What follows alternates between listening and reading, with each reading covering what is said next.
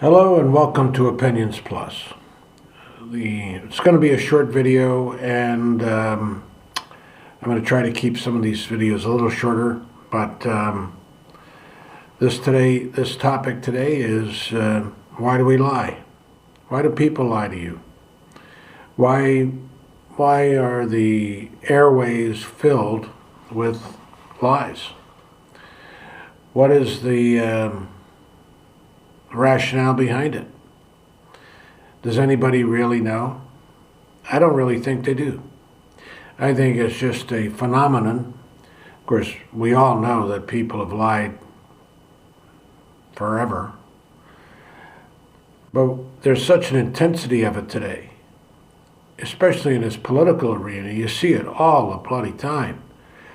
You're trying to, and people believe whatever the hell they want to believe because they want to believe it. I've said it before and I'll say it again. Well, there are people that lie to you because they want something from you. Now, why do you lie? Do you want something from somebody else? Is to avoid embarrassment? Is to be nice, polite? What's the issue here?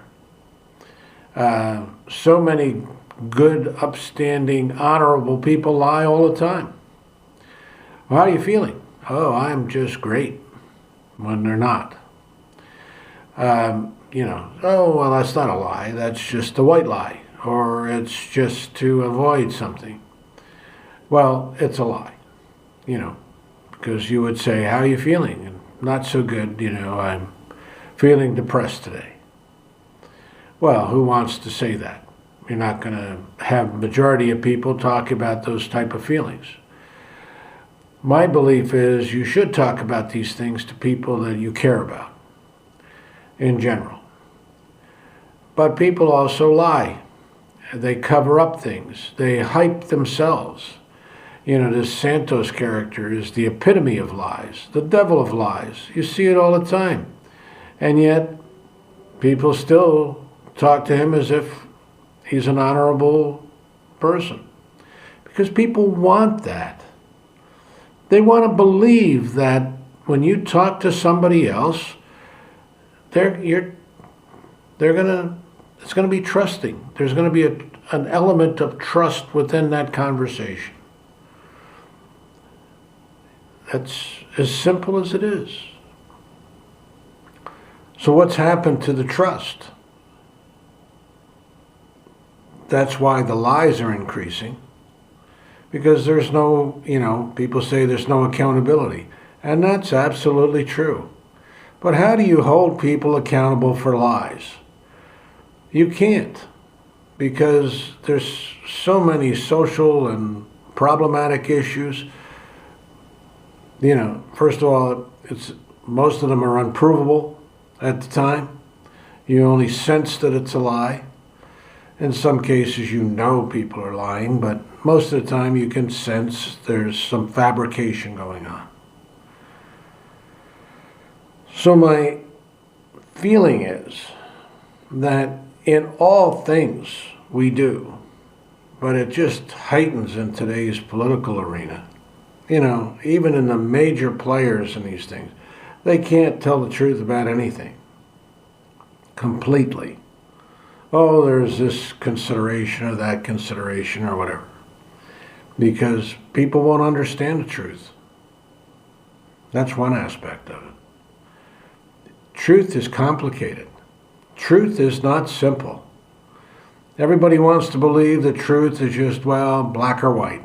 It isn't. There's consequences to the truth. Consequences to the truth. Are you willing, ready, and able to bear the consequence of telling the truth? It happens in court. You see it in this New York fraud trial for Trump. See it all the time. These people are, finding out their lies and perjury. But what is the consequence? What stops them? Because it's not the societal responsibilities that they have slighted. They don't care about those things. There's no shame in a lot of these people. And shame really is one of the things that guide and protect us from each other. And that should be another subject of another clip. But it's the psychology of it is much too deeply rooted in our way of life. The DNA, as they say. Because people, and there's no harm in some lies. When I was down south, I would listen to some of these radio shows, because the airwaves were filled with Christian radio shows.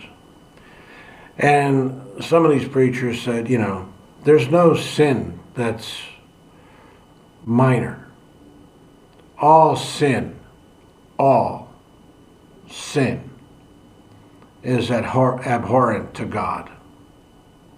All.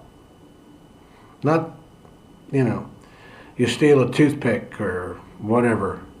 It's a theft. You steal it. You have, I don't know. Well, you can think of many examples. I don't have to explain them. But they're minor things.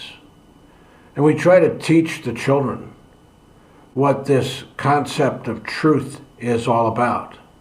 And I hear all the time, did you do that? In the YouTube clips, you see a lot of these little babes, 1, 2, 3 years old. Did you do this? Did you, drop this paint on the floor or the flour or whatever it is?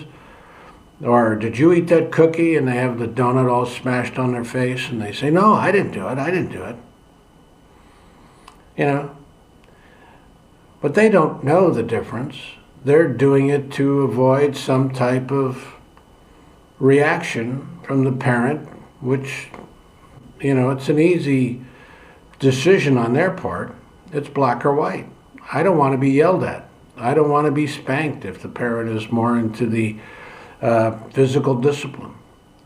In my day, when I was a kid, spanking was the common thing. Not today. Don't touch your child. No way, Jose. But there's still consequences that can be had. The children still are not in fear of physical harm. In some cases they are, but in most cases they're not. It's the anger, or go to your room, or no computer for 45 minutes, or whatever. Is that a consequence? Is that something? So how do you get to it? Where do you get to it? How do you drill into teaching the child what's right and wrong as far as lying is concerned? The finesse of it all. How do you do that? I think my perspective is that you teach by example. You own up to your own character flaws. Not laying bare your soul, but just be reasonable and responsible to the things that you do that are, not supporting the values in which you want the children to live. Vulgarity comes to mind all the time. I said it to my kids when they were young. When they would use vulgar terms, and of course today's vulgar terms, it's just ubiquitous. Everybody's using it. It's everywhere. The whole thing's changing. But in general, most of us know that vulgarity is not a pleasant thing. You're not at the dinner table saying, pass the effing potatoes. You're respectful. And that's the essence of lying. Respect the other. Respect. Agape. Keep them into your heart. Keep their humanity, their dignity into your heart. And show that. And when things happen and you misstate or misunderstand or misspeak. Because some lies are not even, you don't even know that you're lying, really, you know. You may think it's the truth at the moment, and then a moment later you say, "Ooh, wow, that's not quite right." But if it's an important thing, bring it up, restate it, do it. If it's a minor thing, you know what's good and bad, you know what's right and wrong. But look to the good. I know it's a tough call, but we have to start thinking about it, especially with the amount of lies that people say all the time. You see it all the time. People lie, but you didn't know that they were lies. But now it's like, who cares? Really. It's sad to say. In most general, everyday life, you're not going to see it. But you're seeing it highlighted in the media and across the board. You just see it all the time. You know, and again, it's nothing new. Been around for centuries. But it's hurting the societal base. It's hurting the norms. It's hurting the structure of our society. So let's stop it. Let's change it. Let's work at it. Let's go for the good. Be better. Strive to be better. Always strive to be better. We may fail. You may fail every bloody time. But always strive.